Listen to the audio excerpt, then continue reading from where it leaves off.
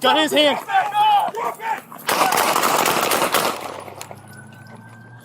On January 29th, 2026, at approximately 4:20 in the afternoon, a call came into the Sacramento Police Department regarding a robbery in progress at a local bank.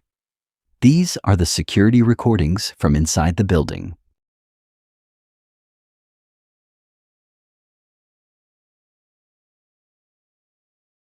(911), what's the location of the emergency? Hi, it is, Okay, is it at the bank? yes.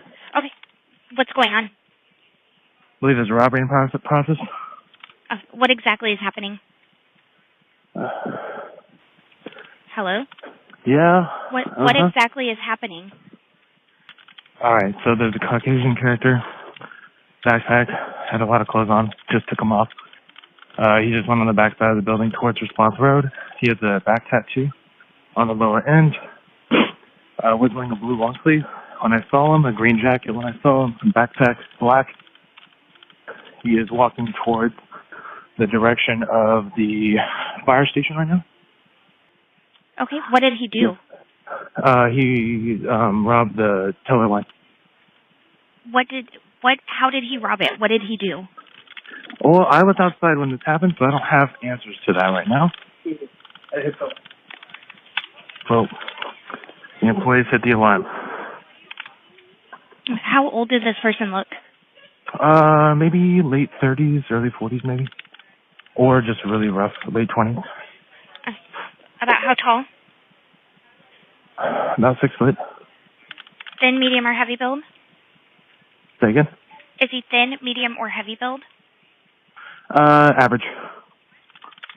Did you see any weapons on him at all? No, could not tell. Do you still see him from where you are? Say again? Do you still see him from where you are? No. I'm also an employee. I'm in my branch now at this point. I was on break when this happened. I watched him walk in. I said, you know what, that looks suspicious. So I started walking back towards the bank. Sure enough, I see through the window something was going on. And then I dialed in again. Did he slide the teller a note, or what did you see happening? I couldn't tell you. We would have to tell you that on site because I wasn't there, so I don't know what he did. So how do you know that he robbed the bank? I watched the teller hand over the till through the window. As the emergency operator gathered information over the phone, patrol units arrived at the scene to speak with the bank staff. These initial statements would establish the foundation for the investigation. We were just robbed. Okay. Do you know where the guy just went? He did walk around this corner. Older gentleman with the hoodie on, backpack, green jacket. He took it off. He took off the jacket and he had a blue long sleeve on underneath. Okay. Kind of dirty blonde. Did he have any weapons? He claimed he had a gun. Okay. And he went off towards Challenge? He had his hand in his backpack, saying just not to give him a big deal, that he'd shoot us up if we didn't. Charles, come on. After the officers obtained the details from the bank staff, a description was broadcast to all units in the area. The focus shifted to locating the individual in the surrounding neighborhood. I got one running. He's down on the Expo.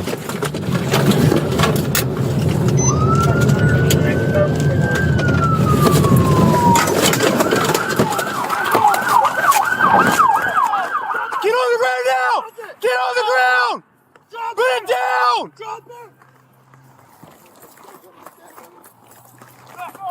Got his hand.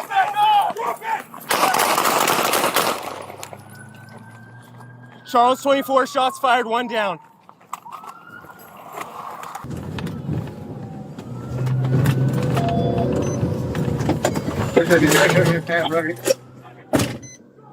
Copy, has a gun. Charles, 24 shots fired, 1 down. A person who was driving nearby captured this video on their camera. It provides an additional perspective of the situation as it unfolded on the street.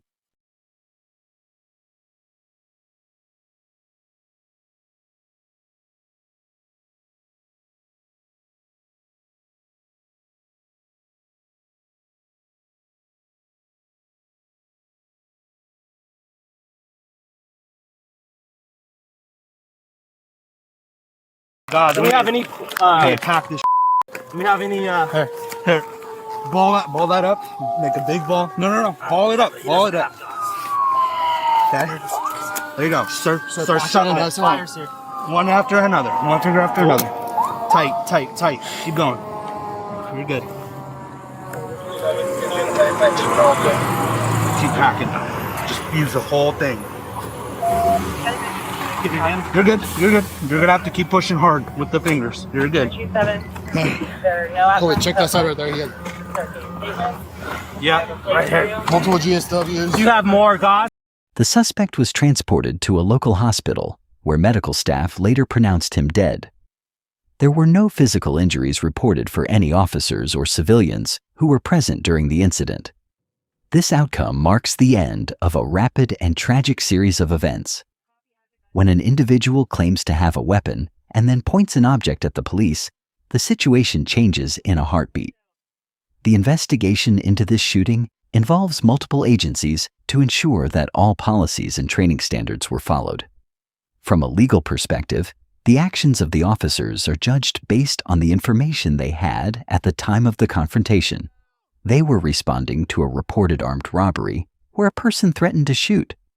When a suspect points an object that looks like a real firearm, officers must make a life or death decision in a fraction of a second to protect themselves and the public.